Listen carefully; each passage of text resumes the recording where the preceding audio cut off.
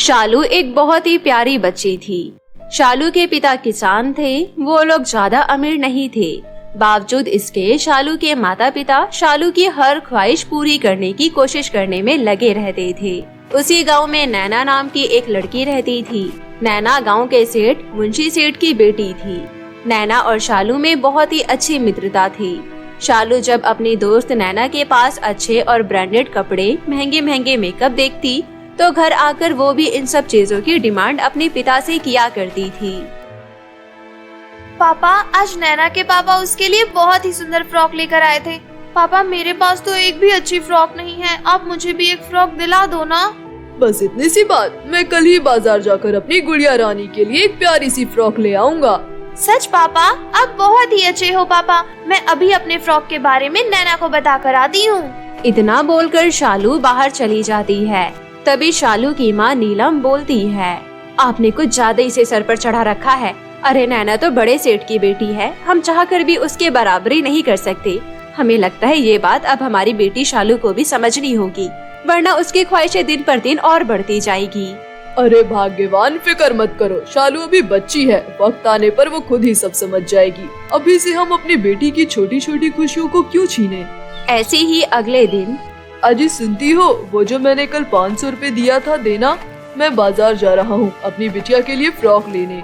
दोनों बाप बेटी का दिमाग खराब हो गया है। घर में खाने को पैसे नहीं है, लेकिन इन्हें अपने शौक पूरे करने ज्यादा जरूरी है। अरे क्या हो गया, एक ही तो लाडली बेटी है हमारी, पैसों का क्या है, ये तो आता जाता रहता है। अब दो, मुझे देर हो रही है। उसके पिता शाम को एक बहुत ही प्यारा सा फ्रॉक लेकर शालू को दे देते हैं। शालू फ्रॉक देखकर बहुत ही ज्यादा खुश हो जाती है और फ्रॉक पहनकर नैना के पास जाती है। नैना देख, मैं कैसी लग रही हूँ। ये फ्रॉक मेरे पापा लेकर आए हैं। ठीक है, बट मेरे फ्रॉक से ज्यादा अच्छा नहीं है। मेरा फ्रॉक तो मॉल का है, वो भी पूरे 15,000 का। अच्छा, मैं तो भूल ही गई, ये देख मेरे पापा मेरे लिए नई साइकिल लेकर आए हैं।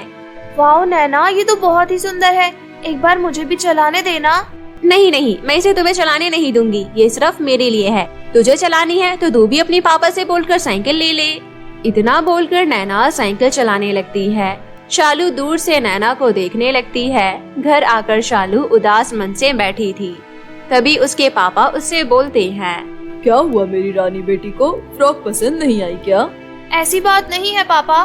पापा, मुझे एक साइकिल चाहिए, क्या आप मुझे एक साइकिल दिला दोगे? लो, और मानते जाओ इसकी बात, अब घर बेचकर इसे साइकिल दिलाओ। अरे शांत भी रहोगी अब तुम? इतने दिन से शांत ही थी मैं, लेकिन अब और नहीं। और तू सुन शालू, बहुत हो गया तेरा लाड प्यार। अरे वो बड़े सेठ की बेटी है, करोड़ों का कारोबार है उनका, और तेरा बाप एक किसान है। उसको देखकर उसकी बराबरी करना बंद कर दे। तुझे दिखाई नहीं देता हम कितनी मेहनत से दिन रात एक करके काम करते हैं, तब जाके रात को हमारे घर चूल्हा जलता है। समझ इस बात को। तुम्हारी माँ बिल्कुल सही कह रही है शालू बेटी, अब तुम बड़ी हो गई हो, ऐसे दूसरों को देखकर लालच मत किया करो, जो है उसी में खुश रहा करो। शालू अपने माता पिता की बात सुनकर घर के बाहर उदास होकर बैठ जाती है और दूर से नैना को साइकिल चलाते हुए देखती रहती है। ऐसे ही काफी दिन बीत जाते हैं। शालू नैना से कुछ ही दिन की छोटी थी और दोनों का बर्थडे एक ही महीने में आता था। नैना के माता पिता हर बार बहुत ही धूमधाम से नैना का बर्थडे मनाते थे। इस बार भी नैना के बर्थडे का बहुत ही बढ़िया इंतजाम किया गया।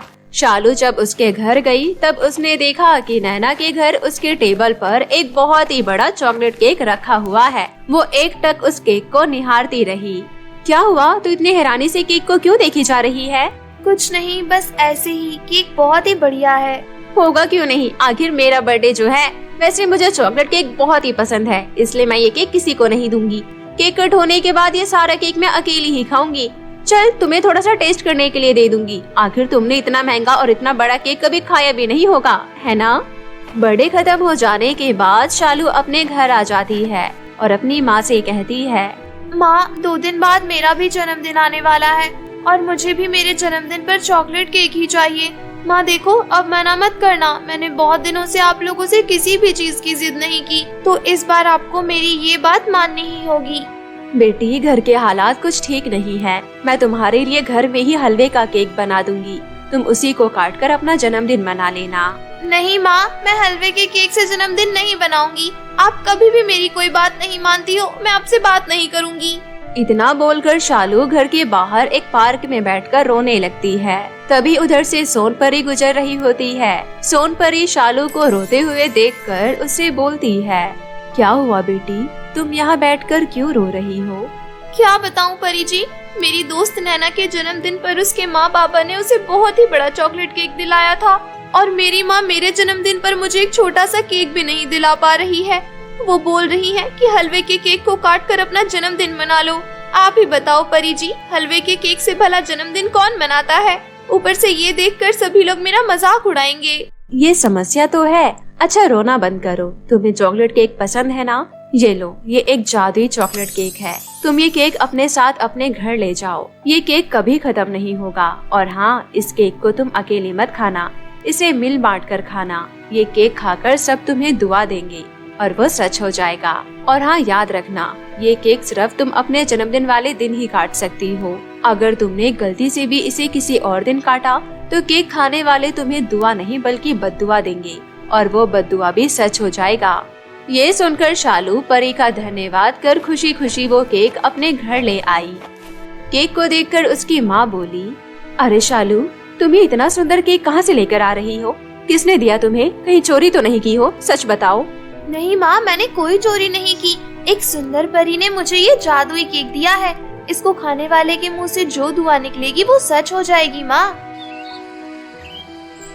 शालू ने अपने जन्मदिन पर खुशी खुशी जादुई केक काटा और केक काटकर सबसे पहले अपनी माँ को खाने को दी। केक खाकर उसकी माँ बोली, सदा खुश रहो मेरी बेटी और जल्द ही तुम्हें एक बहुत ही सुंदर साइकिल भी मिल जाए। उसकी माँ के इतना कहते ही वहाँ पर चमचमाती हुई एक साइकिल प्रकट हो जाती है। ये देखकर शालू खुशी से झूम उठती है। वो साइकिल लेकर नैना के पास जाती है। नैना चलो साइकिल का रेस लगाते हैं, देखते हैं कौन जीतता है। अरे शालू, तुम्हारी साइकिल तो बहुत ही अच्छी है। आखिर इतनी अच्छी और महंगी साइकिल तुम्हारे पास कैसे आई? तुम्हारे माँ बाबा तो बहुत गरीब है ना? अरे नैना, ये सब तो उस जादुई केक की वजह से मुझे मिला है। अच्छा होता उस दिन तुम भी मेरे जन्मदिन में आती तो सब अपनी आंखों से देख लेती। जन्मदिन? जादुई केक? मैं कुछ समझे नहीं। अरे बुद्धू, मेरे पास एक जादुई केक है। उस केक को खाकर लोग जो भी दुआएं देंगे वो सच हो जाता है। उस दिन मेरी माँ ने केक खाकर मुझे साइकिल मिलने की दुआ दी थी और मुझे ये साइकिल मिल गई। ये सुनकर नैना दंग रह गई और वो घर आकर अपनी माँ को सारी बात बता दी। उसकी माँ लालची औरत थी और उसके पिता एक भ्रष्ट अधिकारी थे, इसलिए जादुई केक की बात सुनकर उन दोनों के मन में लालच आ गया। उन्होंने कुछ गुंडों को पैसे देकर केक चुराने के लिए कहा। गुंडों ने रात को शालू के घर से चोरी करके वो जादुई केक ले जाकर नैना के माँ को सौंप दिया। अजी, अब मैं जल्दी से इस केक को काटती हूँ। केक खाकर आप मुझे दुआ दीजिएगा कि मैं जल्दी से इस शहर की सबसे अमीर सेठ की पत्नी कहलाऊं। मेरे पति यानी कि आपको बिजनेस में दिन दुगना रात चौगनी तरक्की हो। नैना के परिवार वालों को ये नहीं पता था कि उस जादुई केक को सिर्फ अपने जन्मदिन वाले दिन ही काटने से दुआ सच होती है। बाकी के दिन तो दुआ बोलने का सब उल्टा मिलता है। तभी केक काटकर नैना की माँ अपने पति को खिलाती है। तभी उसका पति बोलता है, तुम्हारे पति की खूब तरक्की हो और वो खूब नाम कमाए। उसके इतना बोलते ही उसके फोन का बेल बजता है। फोन उठाते ही उसका पति सुन पड़ जाता है। क्या हुआ जी, आप इतने परेशान क्यों हो? सब बर्बाद हो गया, मैं कहीं का नहीं रहा। अब तक मैंने जो भी घोटाला किया था वो सब पकड़ा गया और मुझे नौकरी से निकाल दिया गया है और मुझे उसके लिए जुर्माना भी भरना पड़ेगा। क्या? ये क्या कह रहे हैं जी? हे भगवान, ये सब क्यों हो गया? जुर्माना चुकाते चुकाते उनका सब कुछ बिक गया। वो लोग बहुत ही ज्यादा गरीब हो गए। उनके पास अब ना तो कोई काम था ना ही पैसे। नैना के पापा को मजबूरन अब खेतों में काम करना पड़ा। एक दिन नैना अपने परिवार के साथ शालू के घर जाती है और सारी सच्चाई बताती है। हमें माफ कर दो शालू, मेरी माँ ने अपनी लालच में आकर तुम्हारा वो जादुई केक चुरा लिया था और उस केक को काटने के बाद हम सब बर्बाद हो गए। नैना, तुम लोगों ने मेरे जादुई केक को चुराकर बहुत ही गलत किया। शायद तुम्हें ये नहीं पता था कि उस केक को सिर्फ अपने जन्मदिन पर ही काटना होता है। दूसरे दिन काटने से दुआ का उल्टा बद्दुआ मिलता है। अब तुम्हें ये पूरे साल गरीबी में ही बिताना पड़ेगा। अब मैं अगले साल अपने जन्मदिन पर उस जादुई केक से बोलकर तुम्हें फिर से पहले की तरह बना सकती हूँ। तब तक तुम्हें गरीबी में यूं ही गुजारा करना पड़ेगा। ये सुनकर सभी को अपनी गलती का एहसास होता है। उन्हें समझ आ जाता है कि चुराई हुई चीज से कभी फायदा नहीं बल्कि नुकसान ही होता है। बहुत समय पहले की बात है। दुनिया के किसी कोने में ढोलकपुर नाम का एक गांव हुआ करता था। उस गांव के सभी लोग खेती बाड़ी कर हंसी खुशी अपना जीवन बिता रहे थे। उसी गांव में राशि नाम की एक मेहनती और समझदार लड़की रहती थी। वो पढ़ लिख कर अपने गांव का नाम रोशन कर गांव की उन्नति के लिए बहुत कुछ करना चाहती थी। राशि की माँ पार्वती भी दिन भर खेतों में काम कर खूब मेहनत करती। पार्वती का भी सपना था कि उसकी बेटी पढ़ लिख कर आगे बढ़े। वहीं दूसरी ओर स्कूल से आने के बाद राशि को जब भी समय मिलता, पढ़ाई के साथ साथ वो घर के कामों में माँ की मदद भी किया करती। ऐसे ही दिन बीत रहे थे। उसी गांव के पास घने जंगल में कजरी नाम की एक बहुत ही शातिर जादूगरनी रहती थी। वो पूरी दुनिया पर राज करना चाहती थी, इसलिए अपने षड्यंत्र के मुताबिक एक दिन अचानक कजरी जादूगरनी गांव वालों के पास गई और बोली, सुनो गांव वालों, तुम सब कब तक ऐसे ही गरीबी में अपने दिन गुजारोगे? अगर मेरी बात मानोगे तो तुम जल्द ही अमीर बन जाओगे। तुम्हें ढेर सारे सोने के सिक्के मिलेंगे। जादूगरनी की बात सुनकर उन गांव वालों के मन में लालच आ गया। क्या कहा? सोने के सिक्के? इसके लिए हमें क्या करना होगा? तुम लोगों को ज्यादा कुछ नहीं, बस मेरे लिए मजदूरी करनी होगी। उसके बदले मैं तुम्हें हर रोज सोने के सिक्के दूंगी। मजदूरी? पर कहाँ? क्या आप अपने लिए महल बना रही हैं? तुमने सही कहा, मैं चांद पर अपने लिए बहुत बड़ा महल बना रही हूँ। क्या कहा? चांद पर? पर हमने तो सुना है चांद पर कोई नहीं रहता। तुम लोगों को क्या पता, चांद पर भी दुनिया है। वहाँ पर हीरे जवाहरात सोना चांदी सब कुछ है। अगर तुम मेरे लिए वहाँ जाकर मजदूरी करोगे तो मैं उसके बदले तुम्हें धन दौलत से भर दूंगी। हीरे जवाहरात की बातें सुनकर गांव वालों का मन और भी ज्यादा लालच से भर गया और वो जादूगरनी कजरी के साथ चांद पर चलने के लिए तैयार हो गए। तब उनमें से एक औरत बोली, लेकिन हम चांद पर जाएंगे कैसे? हम तो मामूली इंसान हैं। उसकी चिंता तुम मत करो, मेरे पास एक जादुई कालीन है जिसमें बैठकर तुम सभी चांद पर जा सकोगे। ये कहते हुए जादूगरनी ने अपनी जादुई छड़ी घुमाई और पलक झपकते ही वहाँ एक जादुई कालीन प्रकट हो गया। उसके बाद जादूगरनी कजरी उन लोगों को जादुई कालीन में बैठाकर पृथ्वी से दूर चांद की ओर ले गई। वहाँ पहुंचकर उन्हें वहाँ 3 चांद दिखाई दिए। ये देख गांव वाले हैरानी से बोले, अरे यहाँ तो 3 चांद है जादूगरनी जी। इतना हैरान होने की कोई जरूरत नहीं है, ये जादुई 3 चांद है। ये तीनों जादुई चांद हीरे मोती सोना चांदी से भरे हुए हैं, जिसे पृथ्वी लोक के वासियों को पता नहीं है। लेकिन तुम बहुत खुशकिस्मत हो, इसलिए मैं तुम्हें बता रही हूँ। अब फैसला तुम्हें करना है, तुम पहले किस चांद पर जाकर मजदूरी करोगे, क्योंकि मैं तीनों चांद पर अपने लिए बहुत बड़ा आलीशान महल बनाना चाहती हूँ। जो सबसे ज्यादा चमक रहा है, हम सबसे पहले उस चांद पर जाएंगे। ठीक है, तो फिर चलो मेरे साथ। इतना कहकर जादूगरनी उन्हें तीनों में से पहले वाले चांद की जमीन पर ले गई। कालीन से उतरकर गांव वालों ने देखा, चारों तरफ बड़े बड़े चट्टानों के सिवा वहाँ कुछ भी नहीं था। ये देख वो सभी हैरानी से बोले, जादूगरनी जी, यहाँ तो किसी चीज की कोई व्यवस्था नहीं है। हम आपके लिए महल कैसे बनाएंगे? मैं तो तुम लोगों को यहाँ तक लाने के लिए जाल बिछाई थी, और ये कोई जादुई चांद नहीं बल्कि एक भ्रम था। अब तुम यहाँ से कहीं नहीं जा सकते। आने वाली अमावस्या को मुझे 100 लोगों की बलि देनी है। उसके बाद मैं पूरी दुनिया में राज करूँगी, राज। नहीं, हमें छोड़ दो, हमें जाने दो। हमारे बच्चे हमारे राह देख रहे होंगे। अरे ऐसे कैसे छोड़ दूं? अब तुम जिंदा यहाँ से नहीं जा पाओगे। ये कहते हुए जादूगर ने उन्हें वहाँ कैद कर वापस पृथ्वीलोक लौट आई। इस तरह धीरे धीरे जादूगरनी गांव वालों को बहला फुसला कर अपने साथ ले जाने लगी। ऐसे ही कुछ दिन बीत गए।